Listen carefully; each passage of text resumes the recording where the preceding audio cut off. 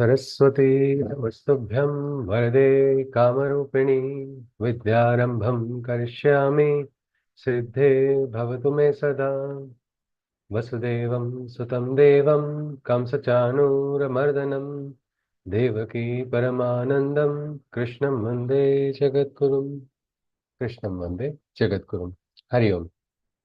Yes, can someone recollect what is it that we saw last? Anybody? You can inform the link and we can move ahead. Yes, please. Yes, ji. Anybody? Please feel free to unmute and you can share.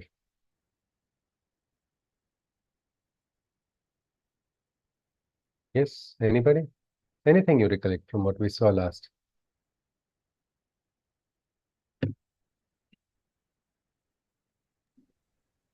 The characteristics of the Atman.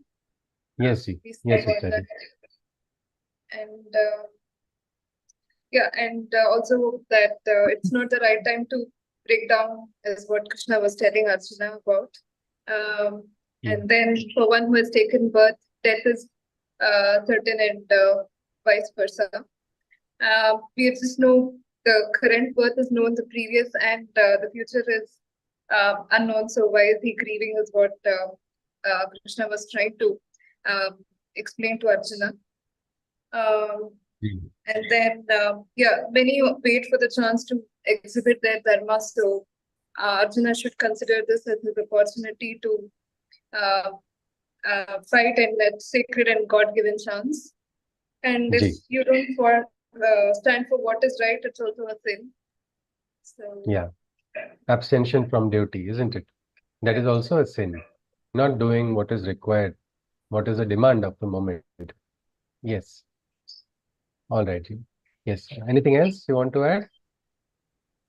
Yeah, keeping the balance is important, be it sorrow or happiness. With this mindset, you'll be, the result is certain. Yeah. Yes, yes. So that was one thing interesting. Krishna just told Arjuna, forget about all the papa. Forget about papa, punya, whatever it is. Just keep a balance in success and loss. If you're not seeking a choice in profit or loss, success or failure, you're keeping that balance. You will not incur any sin. Something very similar is there in the Atmashtakam. If anybody knows, na punyam, na papam. Has anybody heard of the Atmashtakam? Anybody? He talks of Swadharma. Okay. He mentions about Swadharma. Krishna, no? Yeah. Ji. And he tells that you should never forget what is your basic dharma. You are a Kshatriya. So fighting for people, for your kingdom and winning this, irrespective of whether it is your own people against them or whatever, but you have to fight. Ji. So we cannot ever forget what is our Swadharma. Yeah, just a second. Hold on.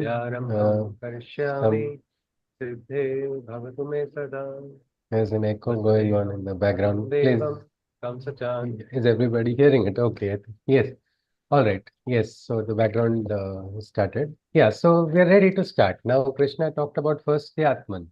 Introduced the concept of Atman with certain very, what we can say, interesting properties. It cannot be cut by weapons. It cannot be, burnt. It cannot be dried. Avikaryoyam, achintyoyam. It is so immaculate. It is something which cannot be polluted. It is something which is going to remain it is going to remain perfect at all times. It will not get destroyed also. And then Krishna says, Arjuna, even if you don't believe in the Atman, it doesn't matter. Still, it is not right. As a Kshatriya, this is your duty. This is your duty. It does not behove you. This is not the way. And then he introduces something very interesting, saying that if you wage this war with a balance, if you are able to maintain the balance and poise, you will not incur any sin of any type. This is something very interesting, and this is actually the foundation of Karma Yoga. Means when you are having that balance, how is it that karma bandhanas also don't take place? How is it that you are going to be free from punya? What is going to happen? Are you suddenly going to get transformed? Will you start levitating? We do not know what Krishna means, how this freedom is there just by maintaining a balance. That is something which we'll have to see. Krishna goes on, let us see the 39th shloka. Esha te bheta sankhye buddhir yoge tvimam shranu buddhya yukto yaya partha karma bandham prahasyasi. In this mode, when you do your actions, you will become free from karma bandhana. What is karma bandhana is the biggest question. Anybody? What is karma bandhana? Yes? Anyone? We know karma, isn't it? Yeah, Aditi ji. Yes. Accountability for the karma, like what we will get Okay. out. Okay, that is what we call justice, isn't it? The outcome, we can say phala. Karma phala is what accountability is more connected with. But bandhana means trap. Yeah, anybody would like to add? Yeah. Yes, Selfless action. Okay, Shanti ji says selfless action and Our previous karma, what we have done in the previous birth or okay. something. Okay, so if you do selfless action, I mean, karma bandhana is the burden or baggage of bondage that we are carrying, isn't it? Carrying. Yeah, so here Krishna is saying when you do actions in this way, you are not going to get karma bandhana. It is like telling a youngster or a teenager you can eat all the junk food and not add 1 calorie also. You say, wow, what is the magic formula? How can I eat high calorie food and not put on weight? I need to find that out. It's something like that. You are going to do karmas, but no new sanskaras will be created, no new flux. Many times we feel, Arey, why did I speak this? I went and spoke something in this place and this created a big karma bandhan. This person caught me and I'm now not able to escape. I have to listen to this person continuously. Or sometimes you do some action and then you get entangled. This entanglement only is the karma bandhana. In many times in life, we want to do something. We aspire to do something. There is an ideal. But so many karma bandhanas are preventing us. You're like, Arey, when will I get free? When we are young, we feel, no, after I grow older, I will get. When we become, we say, in your mid-20s or early 30s, you say, no, after some more time, after retirement. But still, the karma bandhanas don't get free only. They keep going on. After retirement, they say, Arey, no, now I am post-retirement karma bandhanas are still there. I am not free at all. It is said like that about Gita also, Bhagavad Gita reading. In the very young, they say, no, Abhi, this is too young to read Bhagavad Gita. After a while, no, now I have to settle in life. I have to do actions. I have to do so many things. So Gita can come a little later on. But no, now I have family. I have to raise my family. I have to take care of my family. Now I cannot. Then after, no, now I'm too old. I don't want to read the Gita at all. So that way people go through entire lives not doing something which is very easily available and something which is very simple. So like that, we have karma bandhanas without our knowledge. As we go into the Gita, we will understand there's a flux of karma which is binding us. But example for someone who is free from karma bandhana is Krishna. He himself didn't have any color yet. He would mix with all natures, all different people. He had wonderful relationships, isn't it? Somebody asked whether Gita will help in relationship. Yes, it will help us. It will help us living a more fulfilled life with better relationships. And best way is we like a relationship with bandhana or we like a relationship with freedom. Anybody? With freedom only, isn't it? So that freedom, what is it? Well, Krishna is going to first introduce this concept of Karma Yoga and he says, listen to what? Now I'm going to reveal that knowledge, oh Arjuna, that lifts the veil, that most ancient yoga of knowledge, which liberates one from karma's bondage. This knowledge is going to liberate you. Knowing what not to do is also sometimes very important, isn't it? When you know this is wrong, then you will not go on that path. That is why they say there is nothing greater than knowledge, because knowledge only gives you realization. No, I don't want to be corrupt. I will not engage in this practice. Simple. You have got free from that karma bandhana. Otherwise, if somebody in an office takes bribe, he feels I have done something good and nobody will know. But then that's a new karma bandhana, a new sanskar is created, and then that person ultimately falls badly on the face. Why? If he had that knowledge, in the Gita it is said, Nahi jnanena sadrusham pavitram na vidyate, nothing greater than that knowledge. And Krishna says, Arjuna, I will now tell you this great knowledge, yoga, which will liberate you. Yoga is what, anybody? What is yoga? Krishna is going to teach Arjuna yoga. Means, what is he going to do? Surya Namaskar. Anybody? What is yoga here? Yes, Sindhuji. Yes, ma'am. Union, sir. Absolutely, ji. Absolutely. Union. Union with what? Union with the divine. Again, this yoga asanas, people say I'm doing yoga. But what is this yoga? Yogasana is also for experiencing the union and oneness. And Krishna is now going to share that knowledge of oneness, which is going to make Arjuna free. Let us see that. Krishna goes on. He says, Neha bhi kramanashosti pratyavayo na vidyate svalpamapyasya dharmasya trayate mahato bhayat. Smallest action. Svalpamapyasya dharmasya trayate mahato bhayat. Here means in this yoga of karma yoga, the actions once begun bring no losses. Since there is no loss or any negative results or consequences. Even the smallest action done in the right manner can protect one from the greatest danger. Small action also, which is done in a correct manner, consciously, it can help you from the biggest of dangers, is what Krishna is saying. And he's saying there is no loss here. It almost sounds like somebody who is recruiting people for an institution. You join the MAG coaching center, you will get 100% placement, something like that. But what is the meaning of this? How can small action should logically help you from small trouble, isn't it? How can a small action help you from bigger trouble? Smallest action done consciously can save from a great danger also. Any example we can think of? A small action done in a right manner. Yes. Anybody?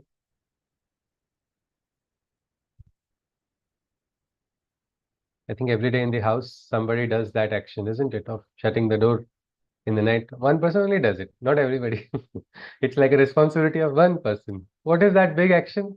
It is small action only, going and shutting the door. But what does it ensure? It ensures that the entire home is protected.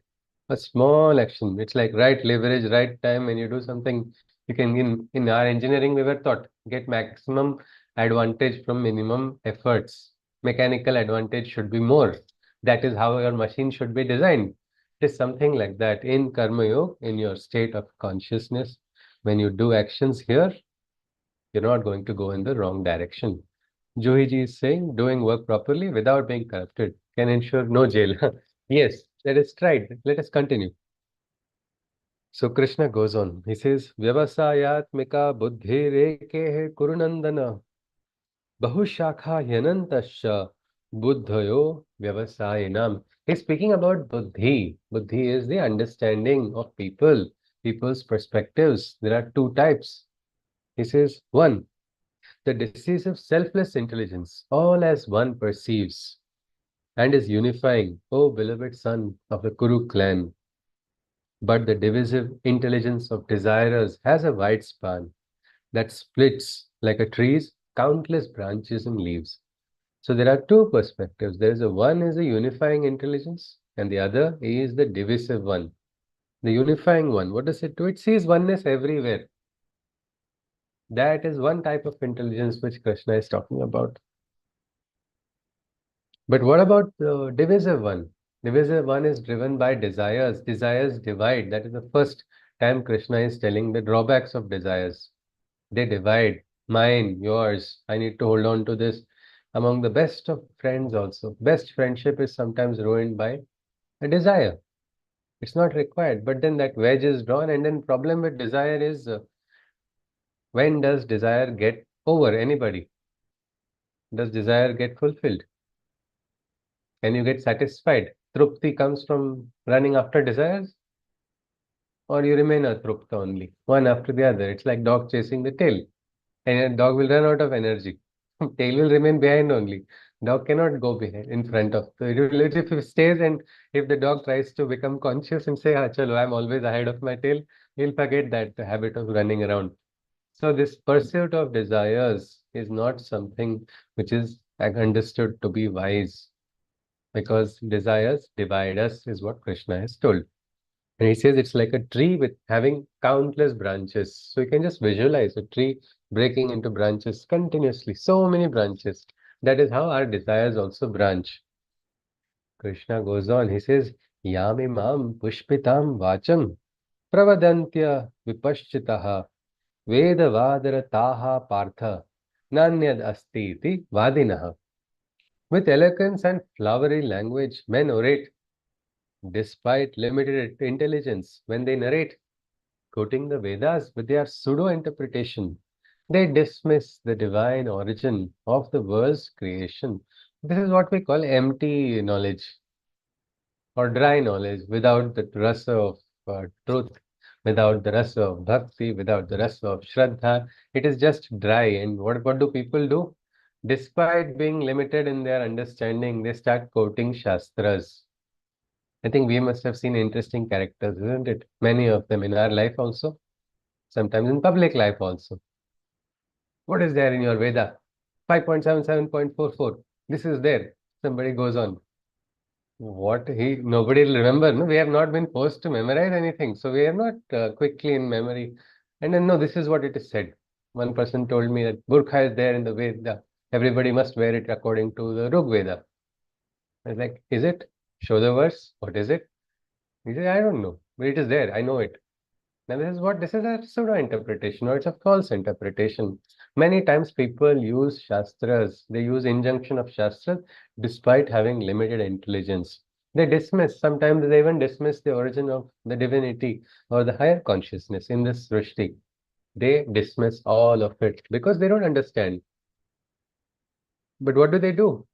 Krishna says, Kamatmanaha Swargapara Janma Karma Phalapradam Kriya Vishesha Bahulam Bhogaishwarya Gatim Prati. They are talking about scriptures. Scriptures are talking about Vairagya. Scriptures are talking about not getting trapped. Scriptures are teaching to be free from desires. But they themselves are trapped in desires, though they are quoting scriptures, desiring deeply the fruits of worldly wealth. Lustfully they seek the heavens and good birth.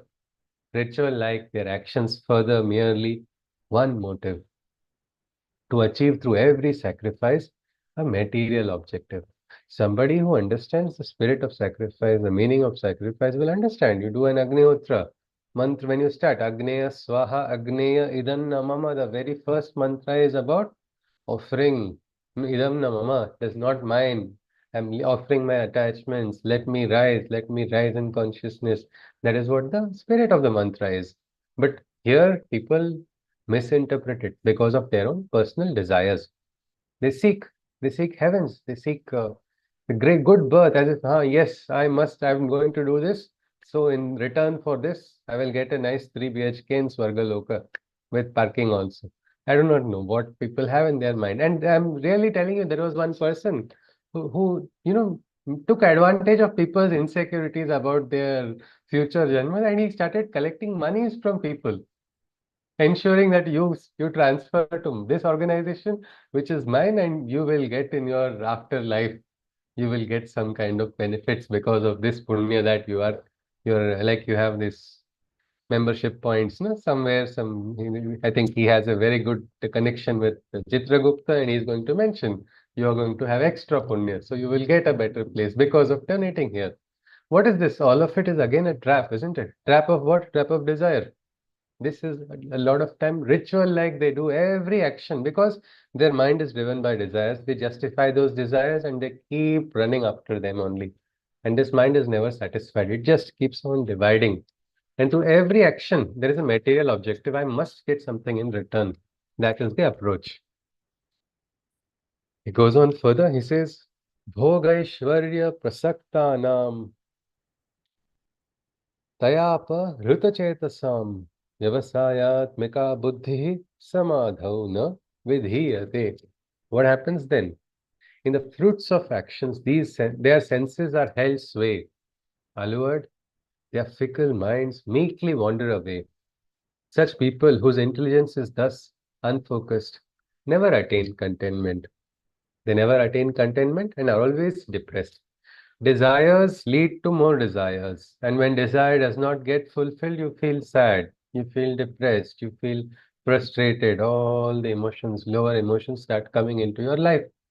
So Krishna is saying, Arjuna, first try to move out of it. It's difficult. It is difficult to let go of desires, but Krishna has asked that. It is because this is your senses are held sway by these desires. But again, problem is our senses also are limited. And what's going to happen after a while? What you really want, what you desire so much today, maybe 10 years down the line, you may not want that at all, isn't it? Sometimes you might want the exact opposite of what you want right now. This is the limitation. So the minds also, they are fickle because of the desire, and they can easily wander away. They go astray from the path also. And such people, they may have great intelligence, but because that intelligence is not focused, they don't get any contentment and they are depressed because of that. It's like having a wonderful sword, but which is blunt. What's the use of that sword? It is something like that. So focus is required, but for focus, you'll have to control your senses. They take us astray. Krishna goes on, what happens to the person who is focused? Well, he experiences. Earlier also we saw that one who is balanced, he is fit to receive the highest realization. Krishna goes on, he says, Traigunya Vishaya Veda Nistraigунyo Bhavarjuna Nirdvanvo Nityasatvastho Niryogakshema Atmavan. O Arjuna, it is in the Vedas that the truth is contained. The threefold qualities within man are explained. The true state wherein every desire is conquered, and the net non-dual consciousness that is acquired. So something Krishna is talking about. He's saying in the Vedas, Ved means knowledge only, and these are codified texts which are having hidden esoteric meaning. In the Veda, the highest truth is contained, in which something about Triguna is being told. Is anybody aware of what Trigunas are? Yes, anyone? Sattva, Raja, Tama. Yes, Reshma. Sattva, Rajas, and Tamas. Yes, Sattva, Raja, and Tamas. Krishna has not yet introduced them to us. But these are the three gunas. He says we'll have later on entire chapters dedicated to three gunas. But Krishna is saying here that it is this truth that is present, and when we are conscious of it, we attain a non-dual consciousness, or what we can say, an Advaita realization. What is this Advaita? Dvaita means a divide, isn't it? Non-dual. Yes, Reshma ji said non-dual. Sri Aurobindo in his Upanishad also, he starts Ekameva Dvitiyam Brahma Sadasadarupam Sadasadatitam Nanyat Kinchit Asti Trikalachitam. All it is something that highest consciousness of oneness. Oneness is what? This yoga of what? Man and God. Oneness of divine and human. Can this ever be realized? It looks crazy, isn't it, to even think about this realization, what is highest. But there are saints, there are realized souls who have got it. What we call experts, realize what we can say, Jivan Muktas or Yatis, Munis, Mumukshus, all of them. A young Adi Shankaracharya was asked this question, who are you? He described very beautifully. Anybody knows the Atmashatak? Mano buddhyahankara chittani naham nacha shrotra jihve nacha grahana netre. He says, I am not my mind, I'm not this mind, I'm not my senses. He goes on continuously, and this is beautifully said. Who am I? I am that. What is that? Chidananda Rupaha Shivoham. I am that consciousness. Yes, I am that consciousness of bliss. I am that. That realization comes. When does it come? When we are not trapped in the what we can say, pull of senses, in the pull of these desires, that is the time when we can experience it. And Krishna says the same thing is there in the Vedas also. Let us go on. Yavanartha udapane sarvatah samplutodake tavan sarveshu vedeshu brahmanasya vijanatah. Who is the Brahman? Who has got the Brahma Vidya? That is the Brahman.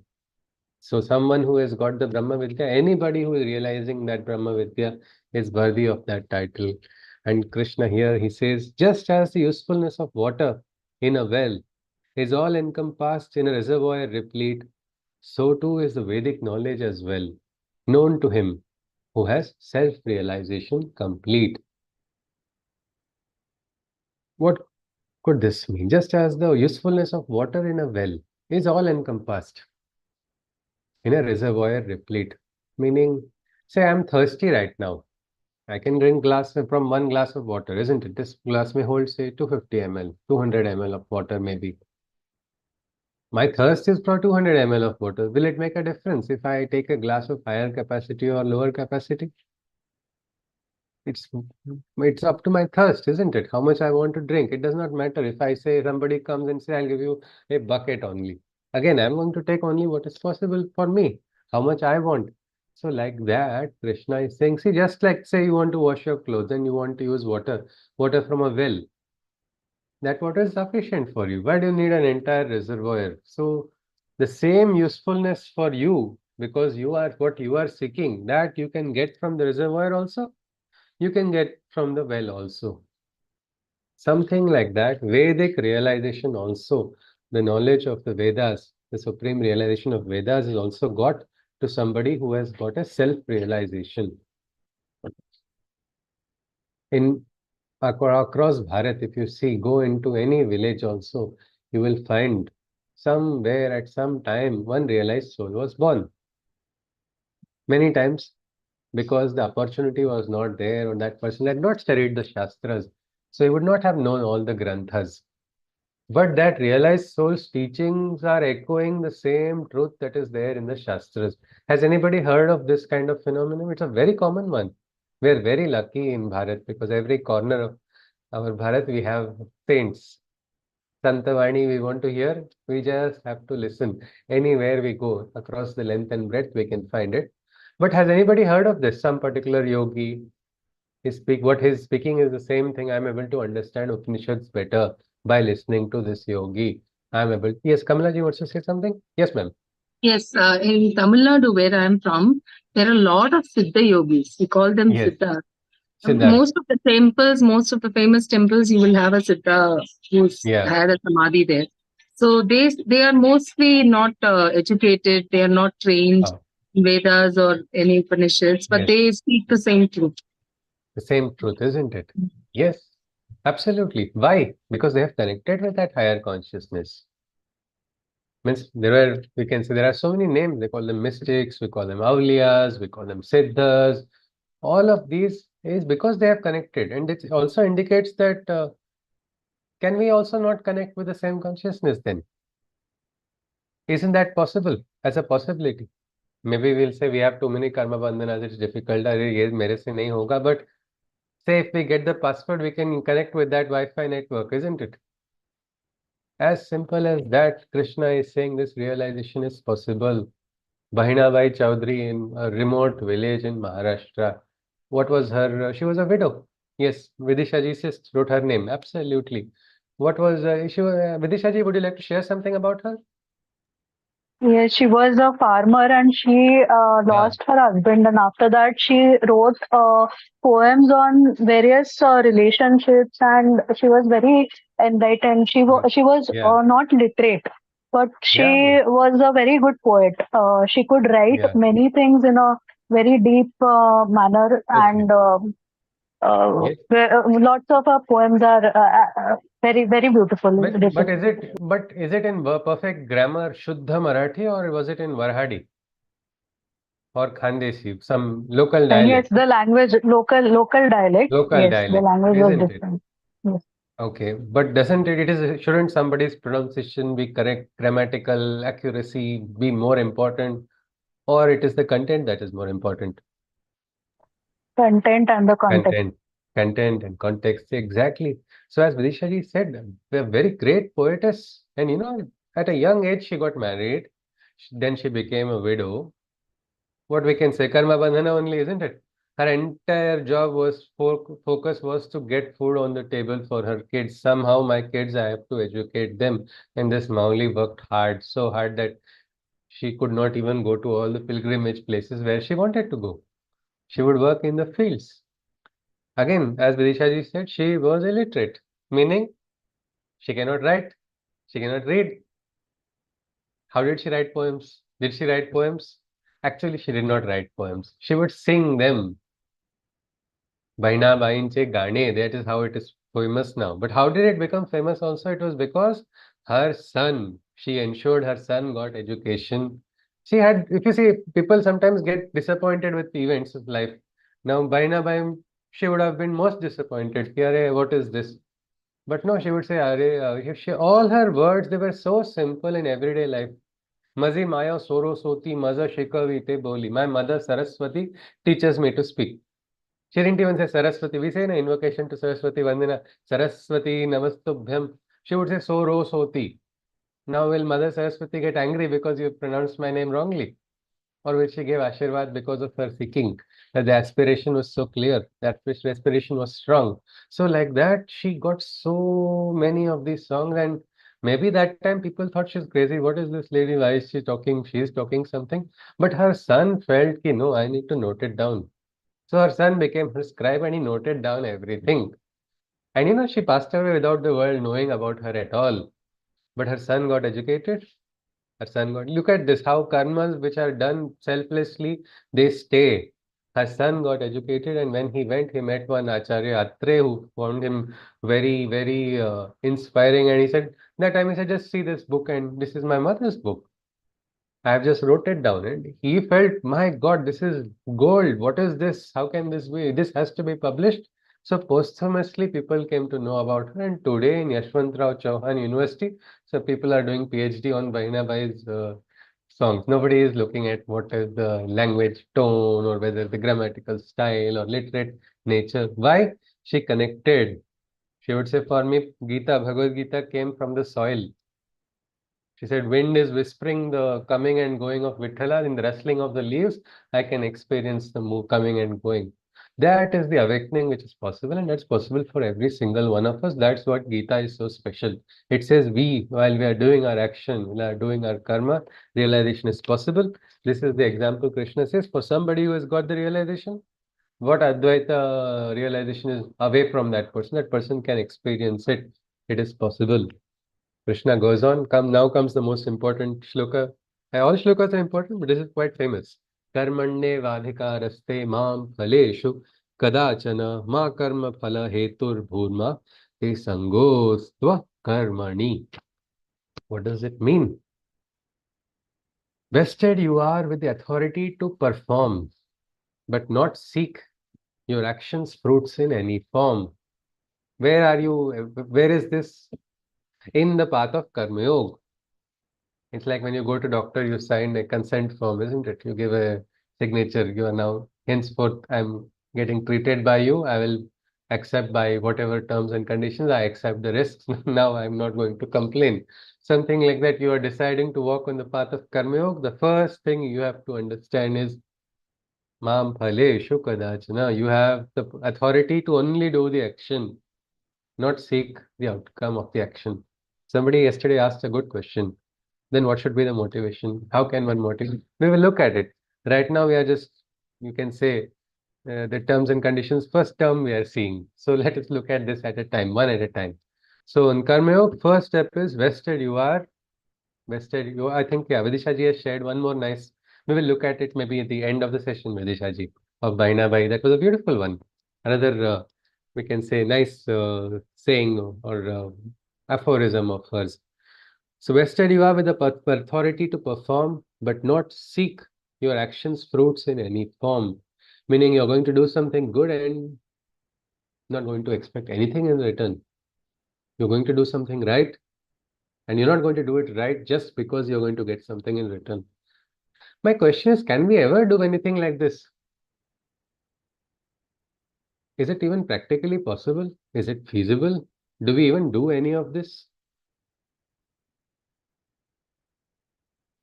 Anybody? Difficult, I Um, guess. Reshma ji says difficult. Okay. Kamala ji? I have a small clarification here. I will use the English language to support that idea. I don't know how else to put it. Basically, we have something called goal and we have something called result. Okay. Okay, so people can say that, you do whatever, give your best and don't worry about it. Then how will we set the goal? So we can have a goal. The result Yeah. or the No, but consequence of that if we look particular at action. outcomes, Yeah, so the outcome or the result is not in our hands, but we can the have a goal. internet is gone.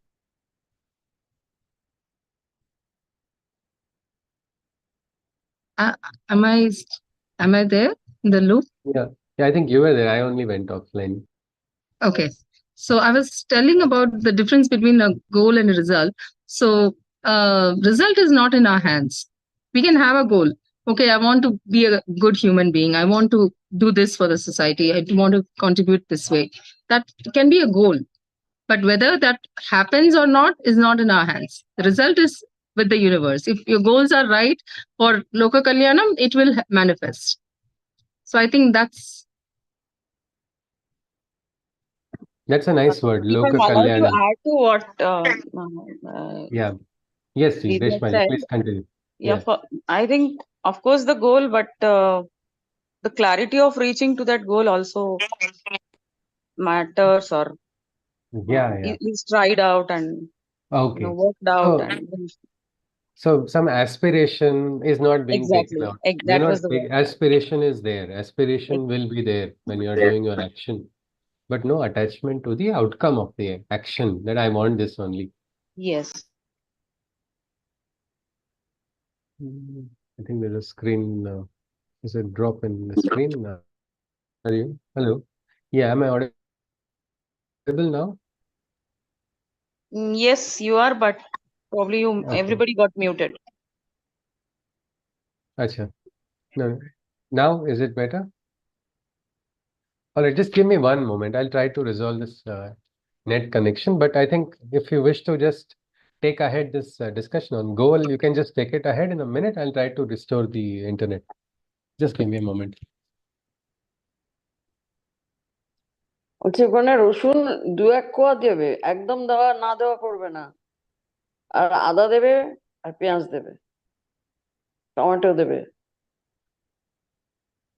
কাঁচা লঙ্কা একটু কুচি করে দেবে, নামানোর আগে একটু ধনেপাতা কুচি করে দেবে, তাহলেই হয়ে যাবে।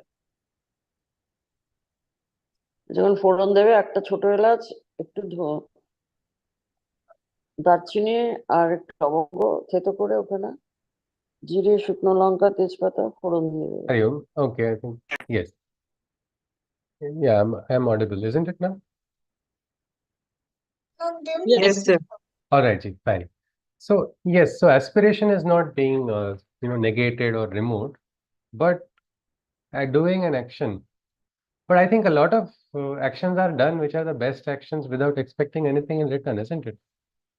I don't think when my mother made those beautiful, lovely aloo parathas, she would say, I've given him 5 aloo parathas today.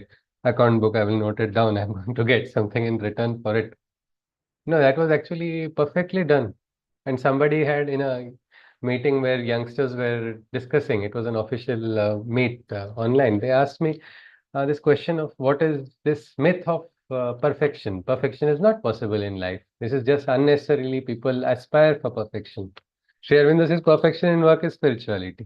Krishna is going to tell us yoga karma sukhaushalam. But sometimes how is it possible? That time they asked me, have you ever experienced anything imperfection? I had said, I remember my mother's food only. It is perfect. Always. Even now, I would get the opportunity, I'll rush to eat one more aloo paratha made by my mother. Why? Because that was always perfect. The taste never changed. Whether or not I was appreciating it, most of the time I was not appreciating it. It's quite useless in my younger days, or maybe less useless than what I am now. But I would say nothing. I would just burp and eat my share. But she didn't depend on whether I accept it, whether I appreciate it or anything. She did her duty perfectly. And that comes the second part, why we should not depend on the outcome of the action. Because the next part is, when by the fruits of actions you aren't motivated from discharging your duties, you will never get deviated. Meaning our dharma, isn't it? We must uphold the dharma. Does it, whether something comes in return, then only I will uphold my dharma? That's not dharma, isn't it? Dharma is your right, your moral duty, which must be upheld at all times.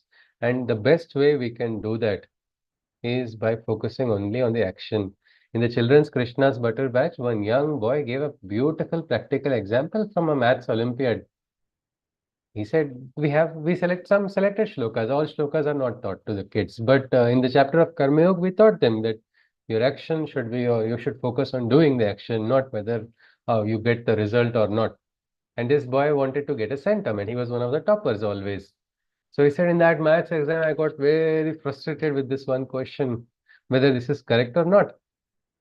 And he said, suddenly I remembered what was told, and he said, let it go, whatever happens, it's okay. Krishna, you do whatever you want. I'm just going to forget it, whether or not this question comes right, let me try solving it. And I could correctly solve it, and that child got a centum. He was appreciated by everybody. Meaning you can do perfect action only when you are not attached with the outcome. Best of our archers also in our Olympics, we got medals, isn't it? So what was the same shloka was quoted actually. Why? Because you're not for the pressure of the outcome, because you're attaching to the outcome and getting diverted from doing the action. Karma means you're doing the karma. You cannot start, visualizing things which are not yet manifest. When they manifest, they'll manifest. And in the world, there are so many variable changes, isn't it? Continuously, things keep changing. So many factors are also there. We can't control all factors in the world. But what can we control? We can control how we execute our actions using the faculties that are in our possession. And the only way you can do it best is, Krishna says, in this way of Karma Yoga, not having expectations for outcomes. And this is the yogic way. Krishna says, Yogastha Kuru Karmani Sangam Tyaktva Dhananjaya Siddhaya Siddhayoho Samo Bhutva Samatvam Yoga Uchyate. So this is yoga. Yoga is what? Samatvam. Balance, keeping that balance at all times. Perform your every action in this yogic way. All attachments, Arjuna, you must throw away. From accomplishment and loss, find your release. Then shall you attain the yogic poise and peace. Krishna is saying, attachments are a problem. For us, attachments are only the happiest thing. And attachment koi nikal rahe. What is this? First part of Karma Yoga is always frustrating. What is this? Krishna is taking away the one thing that is giving me happiness. But we don't realize our attachments are also making us vulnerable also, isn't it? Attachments sometimes make us weak.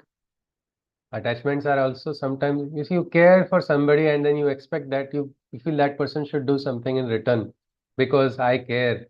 I did this, so I must get this in return. And that person doesn't do, and then big insecurity comes. I did this, I didn't get this in return. What is the matter? Does that person not care for me that much now? Or the care level has percentages come down? Let me go and measure it. So many issues come in because of attachment. Krishna is trying to tell us to go out of that cycle. Unfortunately, we have always been taught this only, isn't it? Results, fruits, desires. I remember one teacher saying, you don't have to understand this, you have to score 100. How can you not understand the concept? How can a teacher even say not understanding the concept is important? One more in my engineering lab, one question was asked. It was a mechanics of fluids lab. There some experiment was being done. So one question was asked. My friend came, what sort of question? Why are you asking this question? He said, you need to ensure you get this result. 5.73 should come. That's all. Why, what, how, what is the principle? He said, see, Bernoulli's principle, you have to write this definition. This is all you have to do. You don't have to learn anything more than that. And then there was one more engineer who actually tried to understand. That engineer who tried to understand is now on the top. He is a master. So many people call him magician. You give him electrical device, give him mechanical device, give him any type of device, he is able to practically understand because he got wisdom. So wisdom is more important. It's something like that. But everywhere we watch something on the television or anywhere else, what is their advertisement? Advertisement is doing what? Creating desires only, isn't it? I will get happy if I get this particular bike. When I was in college, there was one advertisement which was very nice for youngsters. I forgive my father. I forgive my teacher. I forgive everyone. Feel like God. That was the name of, that was the advertisement there. And so many of us felt when I ride this bike, I'm going to feel like God. I'm going to forgive everybody else. Because these desires make us vulnerable. We run after it. And Gita very much in the start only is negating this bubble of desire. Says get free from it. How do we get? We do not know. Whether Arjuna appreciates this, that also we do not know. But this is the principle, this is the foundation which is being laid for Karma Yoga. Karma Yoga is do your action without expectation for outcome. And Krishna goes on, next shloka, he says, Durena yavaram karma, buddhi yoga dhananjaya, buddhau sharanaman vichha, kripanaha phalahetavaha. So Arjuna, the pursuit of fruit is only base and ignoble. This is yoga's essence, as per the knowledgeable. Seek refuge in its principles practicable, because seekers of fruits of actions are despicable. Clearly, Krishna is saying that there's nothing worse than running after fruits of actions. Many times people do some good deeds and then they run after the credit. Credit will come directly from the good deed. But then what happens is the punya is also spent in seeking credit. Some person has done very nice. Hey, I did this work. You don't have to say that. People would come and congratulate. No, no, I have done it. I have done it. The person keeps repeating again and again till after a point, it ceases. It ceases to remain. And that is. Let us continue. Buddhi yukto jahatiha ubhe sukrita dushkrite tasmad yogaya yujyasva yogaha karmasu kaushalam. Yogaha karmasu kaushalam. With this knowledge, in this very world itself, from good and bad actions, one can free oneself. Knowing this, engage yourself in karma yoga. Detachment, yet excellence in works is only yoga. Yogaha karmasu kaushalam. Detachment and yet doing your work perfectly. This is the real yoga. Means you're not because somebody is going to give you something in return. It's okay. Somebody doesn't give you anything also. It's not your lookout. You have to do it because it needs to be done, because it's the right thing to do, because it's your swadharma, because it's your duty. And you have to find your motivation to do it right also. A big uphill task, isn't it? A very difficult task. How can we... Vidisha ji has said something. Yeah, Vidisha ji, if you can unmute, you can please tell me what you mentioned there. Actually, we do understand that we should not get attached to the outcome, but sometimes what happens is we are investing lot of efforts, lot of hard work is put into, lot of sweat is put into, and then we do expect a positive outcome. Little bit, at least we do expect. थोड़ा तो मिलना चाहिए. थोड़ा तो मिलना चाहिए कुछ तो. So how can we put this into practice, any sadhana that we can do? But understanding is there that we should not keep expectations or something, but that comes with the efforts put into. Yes, I have put so much effort that I should get something in return. That feeling is natural, isn't it? But Vidisha ji, having expectation, does it guarantee it will be fulfilled? No, it doesn't guarantee, but that's what I'm trying to say. If you hold on, no, if you hold on to also कि इतना किया है तो होना चाहिए, but the other person doesn't feel, no.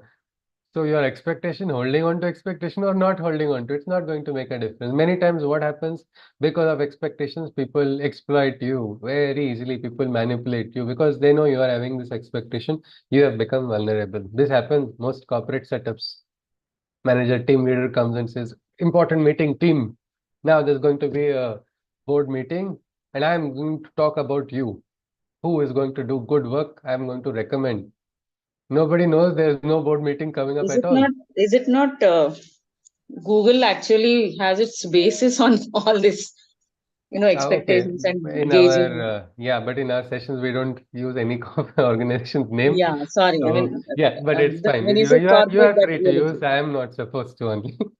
So anyway, yeah. So in the corporate setup, what happens is but you just look at this. Like the example I was talking about. A team leader says this, and what happens? One person only becomes what we call Bakra. He says, yes, my name will be recommended in this meeting which is going to take place. Everybody else who's a little experienced or somebody who's not really caring what they are going to ultimately give me, what appraisal will not come. I know that it's all right. I'm not caring about it. I'll just do my duty normally. But this person who has got a desire, he is going to become vulnerable. Saturday, can you come? Yes, yes, yes. Saturday also I'll come. Saturday evening also I'm willing to work. No problem. Yes, yes. Please tell me. I'll do the extra work also. Everybody is wondering what's wrong. No, he says, no, I'm just doing it selflessly only. But in the heart of hearts, he knows I want to get a recommendation. But problem is when that day comes, no recommendation is done, no meeting only has taken place. What's going to happen then? Frustration, absolute frustration for the same person. Because of what? Because of expectation only. And then that person ends up speaking something very bad to the boss. Forget promotion, this person has to sometimes leave the organization also.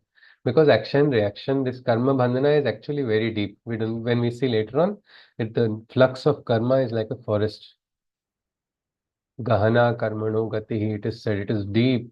It is so deep. We do not know. Sometimes we don't know. We randomly say something to somebody and we don't know what chain reaction takes place because of words.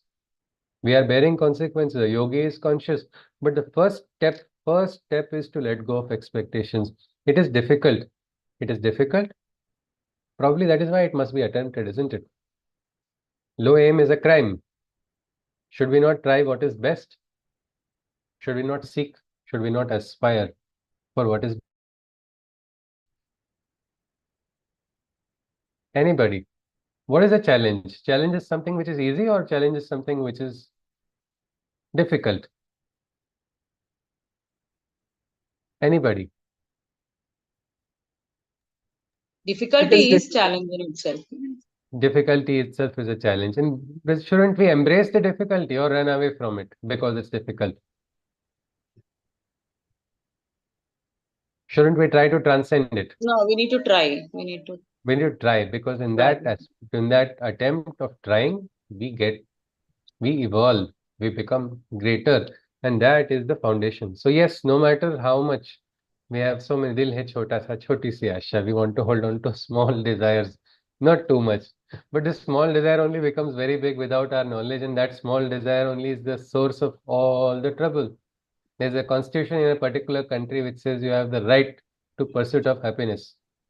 But our yogis had already told, don't run after happiness. It is a wasted pursuit. Santushtaha satatam yogi. A yogi is always in the state of trupti. Happiness will come at your feet. Don't run after it. Running after it is like a dog running after its tail. It will you'll never catch. Yes, somebody wants to say something? Yes, please. There's something called end justifies the means, right? Like, that's more the Western concept. Like you want something and you take whatever as long as you meet it. Now, what we say is the means actually justify the end. It's not like don't even worry about the end, but you keep your means, like the path, the work that you do, make sure that is correct. The result will take care of itself. I think that's the variation and the difference. Yes, absolutely. See, so let us continue. But Krishna has not given us a motivation. We need a motivation. He is going to give it to us. As of now, he has not given it. What will be our motivation? If we are not getting driven by desires, what will be our fuel for doing our karma? That's a big question. Krishna goes on. He says, Karmajam buddhi yukta hi phalam tyaktva manishinaha janma bandha vinirmuktaha padam gacchantya namayam. The most intelligent, the most enlightened among men are thus aware, and for the fruits of efforts they don't care. Liberated from the bondages of birth, they stand, and in the highest conscious states they land. So this evolution of an individual takes place Suddenly a cranky individual will become peaceful. When the expectations are lost. When the person is able to throw away the expectations. Because that is freedom. That is realization. The enlightened men, Arjuna, the most enlightened are thus aware, and for the fruits of actions, they don't care. Liberated from the bondages of earth, they stand, and in the highest conscious states, they land. Best example today we looked at was, as Vidisha ji said, Bahinabai. What was her action? What was her driving factor? You say, for one is, first is, people like to complain, isn't it? Problems. I have 5 problems. I would like to show I have 500 problems. Because somehow I feel happy getting trapped in that sorrow. You get attached to sorrow also. That sorrow also that attachment is also not required. But now Bahinabai, she did not have anything that way, isn't it? Going right for her.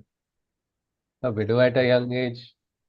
Her children, she has to bring, she had to work in the fields because she had to get food for the children. No other support. Alone. And, aspiration, spiritual aspiration of realization. A strong realization that I want to experience the truth. Outer circumstances look so different. They look so bad. How did she motivate? We'll have to see. But one thing is, simplest action is, you can raise your consciousness when you are not just driven by outcomes. Focus on something. What is it? We'll have to find. Krishna will give us an anchor point in the Gita also, in this chapter only of Karma Yoga. He will tell us what is our anchor point. What will help us? We need to hold on to something, but before holding on to something, we'll have to let go of the unnecessary things which are pulling us down, isn't it? Like if you're in a boat, you want to go ahead, and what will you do? You don't want extra payload, isn't it, onto the boat? You don't want unnecessary weights. First, remove that. So in life, we are carrying a lot of karmic baggage because of our expectations only. Best of best friends cannot experience Ananda, always fighting with each other because of expectations. You didn't fulfill my expectation, the other says you didn't fulfill mine. Generally, when both people are fighting, both are wrong. Both are having expectations. So this is something. Let us go on. So they reach the highest state of consciousness. We don't know what are those high states yet. There's a big, whole new, beautiful world that is waiting, which is the world of the higher consciousness, a different dream, which is not in another world. Ihaiva, in this world, in this life experience, we're not waiting 10 janma later, I will get moksha. This birth, now, when we are living, we can experience that. That is why the Gita is so exalted, because it talks about practically experiencing. Krishna says, Yada te moha kalilam buddhir vyatitarishyati tada gantasi nirvedam shrotavyasya shrutasya cha. When the mind thus element becomes and desires web, it overcomes. One becomes free, detached, and undisturbed towards all that was and all that will be heard. First thing is, when your mind is illumined, you have got the higher consciousness. You have become free from this trap of this moha, of this bandhana of karma, or what we can say, asha, of kama, all of that. You become free, you become detached, you become undisturbed towards all that was and all that will be heard. One example I can think of is my own classmate in school. She lost her father in an accident. It was very disturbing. It was in the shipyard, only some unfortunate accident took place. Her mother passed away listening to the news of the accident. And in one moment, this child became an orphan. What has happened here? One person's sorrow has immediately gone and broken another person completely, because I heard something which has shaken me completely. Because of attachment, we are not able to take the news also. And if you see, my friend is at the biggest loss, isn't it? She lost both her parents. Maybe this sorrow, if the mother could have held on to somehow, maybe she could have got some, that direction at least. I always think like that. That's right from childhood. That really, felt very bad about what happened. But now my friend learned to become detached early because of this. She is now living a wonderful life. She is well settled and going ahead. her brother is also well, everything is going well. But what we see is sometimes our attachment becomes our biggest liability. We must learn to become balanced because we are attached. Somebody tells us something, we get frustrated. How dare you call me this? How dare you said this? Oh, I have to now teach this person a lesson. We don't know if that person purposely said that to trigger us, and we have fallen in a trap, isn't it? Many times celebrities are called for interviews, and the media people know right how to trap this person. So they say quickly, what about this? Your roles are all boring. Why don't you try something new? Immediately this person gets angry. Why? Because the action reaction, that karma bandhana is there. We have to rise above it. We have to not stop getting disturbed by what we have heard. And you will also be in a position where you will be able to experience a poise even in difficult moments. Sometimes you get harsh news, but harsh news also is a news. You have to accept it, isn't it? Even if it's not something which is favorable. But many times, what is favorable, I will dance in joy when I get a favorable news. But when I get an unfavorable news, I'll be broken.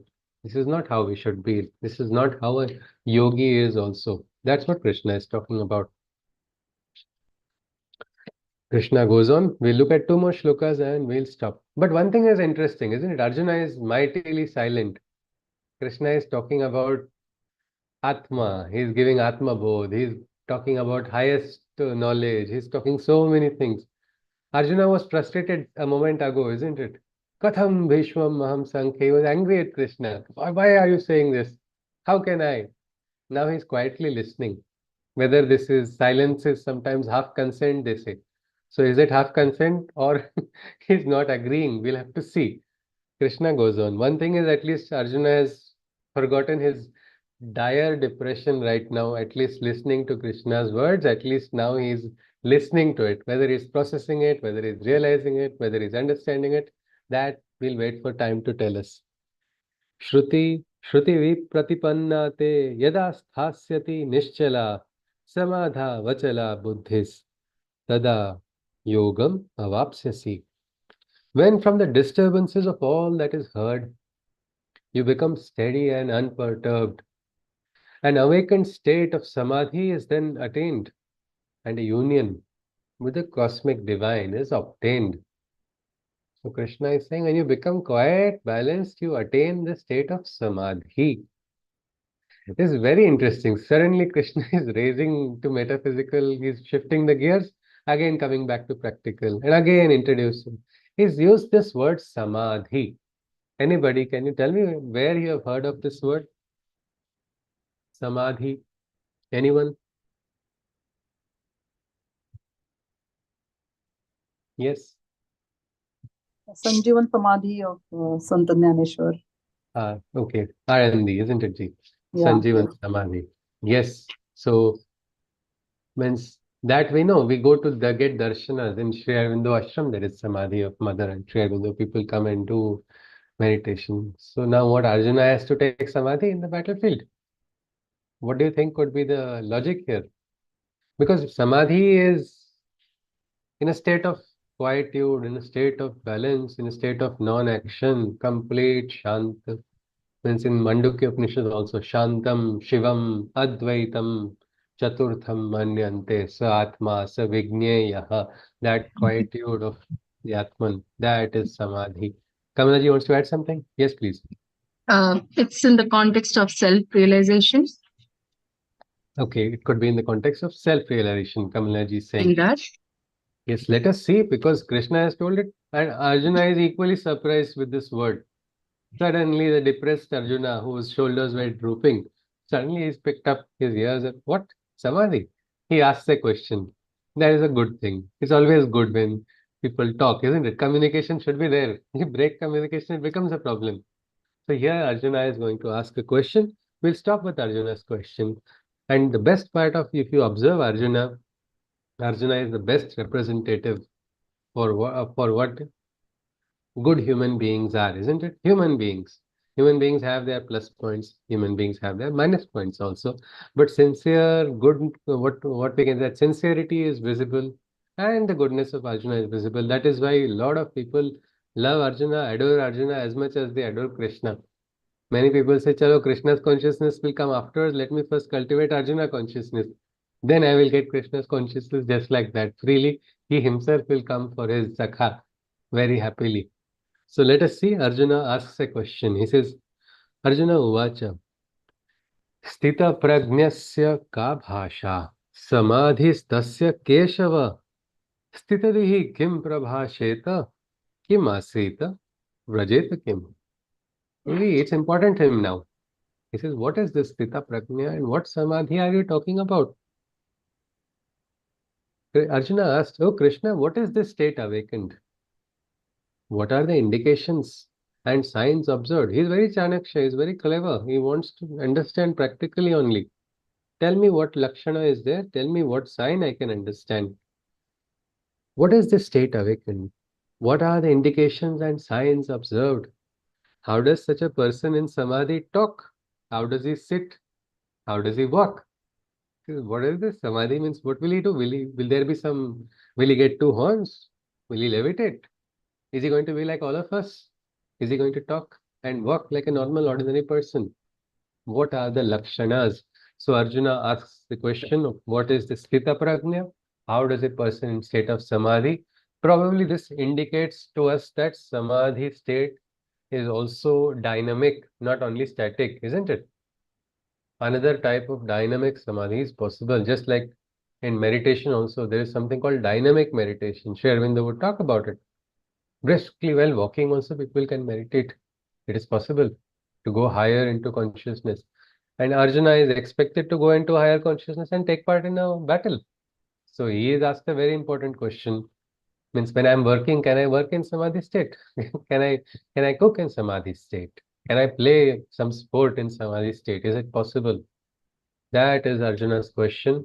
And we'll stop here at the moment. We'll see what Krishna says. This is, I think tomorrow probably the Adhyaya we will be able to complete the second part of this Adhyaya. This is one of the longer Adhyayas in the Gita with 72 shlokas. So with this, anybody wants to share something? I think Vidisha ji was sharing something about Bahina Bai, isn't it? Yes, Vidisha ji, would you like to share? Yes, I was just sharing a poem by Bahina Bai. It is in Marathi or that language. You can tell in Marathi, village I'll language. translate it into English. Yes, yes. Okay. It says that अरे संसार संसार जसा तवा चुल्यावर आधी हाताला चटके मग मिळते भाकर. हाँ, So if तो you can संसार, yeah, translate. surely. अरे संसार संसार जसा जसा तवा चुल्यावर तवा आधी चुलावर. हाताला चटके मग मिळते Bhaker. Yes. Okay. So this is bhakri. Anybody knows about bhakri? It's like a roti, isn't it? It's a dish. Anybody has made chapati or at home? I think anybody has tried? Yes. I think most of us, I have also tried earlier. I used to make international rotis which would appear like continents. Now they are appearing like a circle. But what is the experience? Did we get it on the first time, right? No, isn't it? How many of our hands got burnt? Everybody, isn't it? While making chapati, initially first the hands got burnt. This is sansara. That is what Bahina Bai told. She is making her bakri and she's Are sansara, sansara. It is like making it on the. It was just the second line, Vidisha ji. Jasa? जसा तवा चुल्यावर. So on the stove, when you keep the tawa, it is like that. It becomes heated, and when you touch it, your hand gets burned. But so like that in sansara also, when you start entering into sansara, we feel, Arey, what is this? How will I manage? What will happen? No, take the leap. Take the leap. First you will get burnt little bit, but then what will happen? Then experience will come. When the experience comes, then you become an expert. Then only you are going to be able to. The siddhi comes from first sankalpa must be there. I have to do this. And then the realization will come by action only. So this is like that, and beautifully said. Thank you, Vidisha ji. So this is something which is very practical. Each of us must understand that Karma Yoga is not just for probably thinking about it and feeling good. It's about practicing it And the first and most important thing here is not having expectations. Yes, if anybody would like to add 1 or 2 points as a summary or takeaway, what we got from today, and then we'll conclude with the Shanti Mantra. I have something about this idea of perfection that we discussed. Okay, That ma'am. can we look at perfection as the to the best of my ability is my perfection. Any Yeah. work I do to the best of my ability is Yeah. perfection from my Yeah. side. Yes. So Yes. so when we do something to each one's perfection, like you do yours, I do mine. So at that point, we can say that, I have, I'm not, I expectation reject. is another, Yeah, please continue. Yeah. expectation is something else, but, like I have given my best. So therefore, my work that I have created is the best I can. So there's the satisfaction in doing the work itself. Like, I've given my best. There's nothing Yes. beyond this I can do. So that itself is a satisfaction and should be good enough. Yeah. Yeah. Yeah. No, but actually, As the a this ideal, thing. it is an ideal. It is an ideal, and ideal we must aspire. It is said low aim is crime. Maybe we may not compare with anybody else, but perfection only, perfection's limits, we have to only transcend. Today, my understanding of perfection is this. I cannot be satisfied with this much. I will have to think, try, let me go better, because yoga karmasu kaushalam, an artist, he does the beautiful artwork. It's very interestingly in the Aurobindo Ashram, there was a exhibition on Bhagavad Gita. I had a chance to be a part of it because of probably some connection. I was lucky. To be frankly, I'm not an artist. Somehow I got a chance. That year I was a part of it. But there, what I saw, it was very interesting. One of the organizers, she had to put the paintings. So she was also putting the paintings, I mean, hanging the paintings of all the artists also. And her painting, just 2 hours are remaining for the exhibition to start. She's still having a paintbrush and paint, and she's trying to, I was like, what has happened? Has she not done her painting yet? The painting was complete, but she still felt I have to make it better. I have to make it better. And each of this artist had done their best. They tried to manifest whatever principle of the Bhagavad Gita they could understand in their artwork. One more artist had done such a beautiful painting. If I can find that, I'll share it in the group also. But that painting was so beautiful that I just every time I had to do a lot of running around, so I was not very much concentrated at looking at the paintings. But every time I went in front of that painting, I just could not stop but doing namaskar, because in that painting, there's someone who is doing a prayer and namaskar. It was so beautifully done. And that painting then connected me with that Didi who has done that beautiful work, and it was something unbelievable. So the spirit is remaining in the work, even if the person I had not met, that painting was talking. So like that in karma, when you do our karmas consciously, what can we do? We have to do our best, because that is the way of karma yoga. And there's no limit to perfection. Today I've done something It's good. dynamic. Yes, absolutely. Yes, G. That's another wonderful point. So this is one thing we can take. Yet we have not found a replacement for expectation yet. Krishna has not given us an anchor point, but he has told expectation is bad, expectation is going to make you vulnerable, expectation is going to make you easy to manipulate. I wanted this person to behave like this because this person is so close to me. He should have behaved this way. She should have behaved this way. You too, Brutus. Why do we have all of those moments? We don't need to have those moments at all. Let it go. That person behaved because that person is not a robot. I cannot program and insert a program on how that person has to behave. That person will behave according to that person. If the person is behaving in a wrong manner, it is an understanding, isn't it? It is a realization for you. Chalo, theek hai, that person does not agree with me, does not think like I do. That person maybe is not the way I think that person is. That is a right, isn't it? Or do we have dictatorship going on in Bharat? And what we think only, and we are the dictators. No, we are not. We cannot control anybody, what they think, what they do. Same way, our expectations should not cage us. For that reason, we should become free. That is the first part, mam phaleshu kadachanam. But it becomes difficult. Sometimes it becomes dry. Where do we get the drive for it? Where is the motivation in Karma Yoga? That's a question which we'll probably keep it in abeyance, because it will be answered very shortly. So with this, I think I can conclude with the Shanti Mantra. After which, if anybody does want to discuss something, you are always welcome. Hari Om.